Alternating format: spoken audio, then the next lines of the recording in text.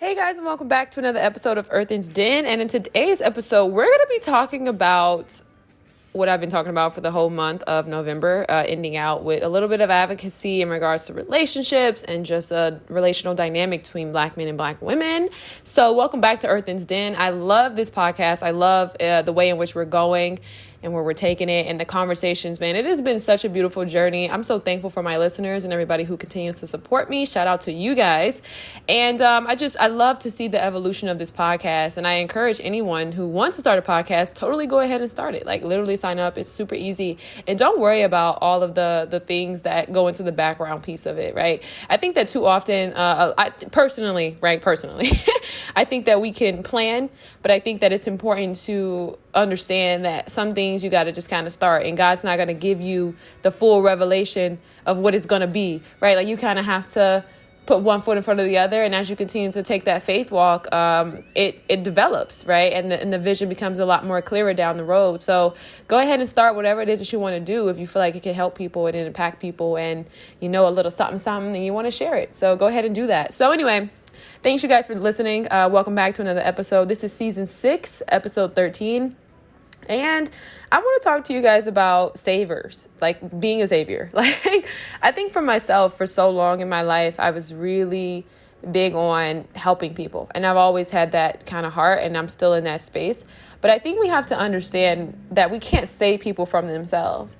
I've always had this ability to look into people's lives and look at people and see them for something much bigger than where they're at right now, right? I'm able to see people and see what they can do and see their potential, right? And see where they could be and how far they could really take it, you know? And I think it's personally a gift. I think it's a gift from God. I really do.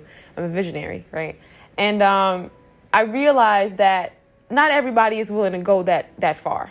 You know what I mean? And I think that too often we come into people's lives, especially women, maybe men too. I'm going to say men and women, honestly, because I don't think that we talk enough about the mistakes that men make in relationships, quite frankly. I know we've been talking about relationships, and this is not a relationship series, but I don't think that we talk enough about that. I do believe that men absolutely make the wrong decisions in relationships, but they're told that they are better decision makers. They're more disciplined. They're more intellectual. They're more, you know what I mean? All of these things. And so we don't really recognize how, you know, they make the same mistakes. They choose the wrong woman, right? They choose the one who wouldn't necessarily be good for them, but maybe she's aesthetically pleasing, right? Like, come on. I think they do the same thing. So anyway, this savior mentality is really when you come into a person's life and they don't want your help. Okay. They're comfortable with being in a space in which they are just wallowing in themselves, you know.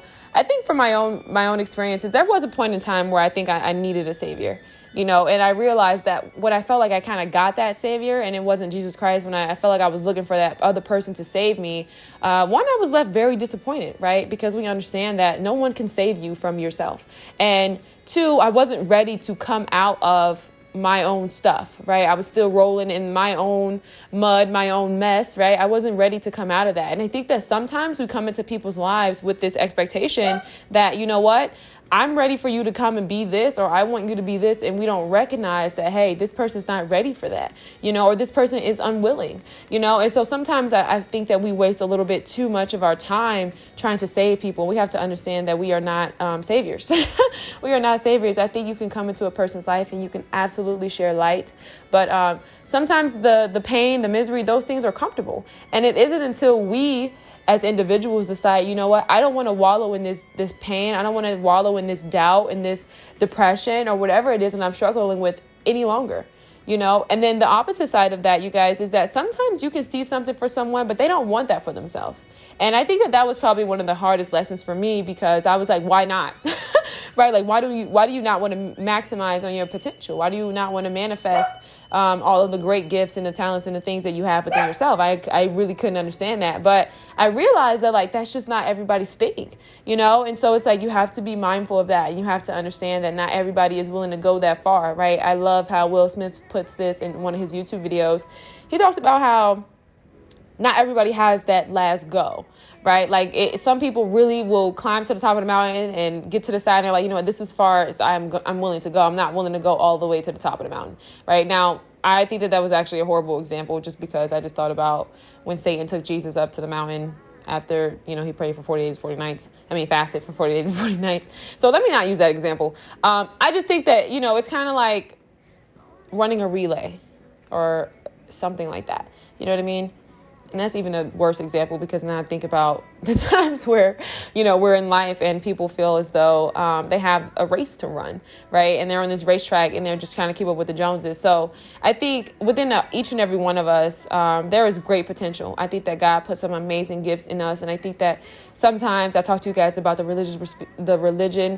spirit of religion. And I talk to you guys just about how, just too often that I don't think we realize that we're here to serve God, and we're here to serve his people, and we're here to help people. And, I think too often we can kind of just be so engrossed in our own issues that we don't even allow God to pull us out and to show us that, hey, I can actually use all that stuff that you have going on. I can use that for your betterment if you just trust me and put one foot in front of the other and like open the blinds. You know what I mean? So I say that to say, understand that you can't save people from themselves. That everybody has to put one foot in front of the other and say, you know what, I want to be better. I want to stop rolling around in my despair. I want to stop playing the games. I want to stop doing, you know what I mean? I want to be a better person for me. I want to put forth my best foot forward, in these areas of my life. And until that person makes that individual decision, there's nothing you can do about it, So waiting around and wasting so much of your time and your life with that's silly, because there are people who do want to put their best foot forward, and there are people who do want to actually maximize on their potential. And there are people who are actually putting forth the effort to do that, So understand that, so yeah, you can't save people. Okay, you're not a savior. I don't think that Jesus called any of us to be out here saving people.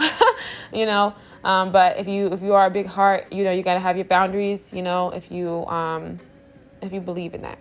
So, all right, guys, I'm gonna send you guys. I would love, and I hope everybody has a great day. Put down the cape. Okay, put down the cape. That's the message for today.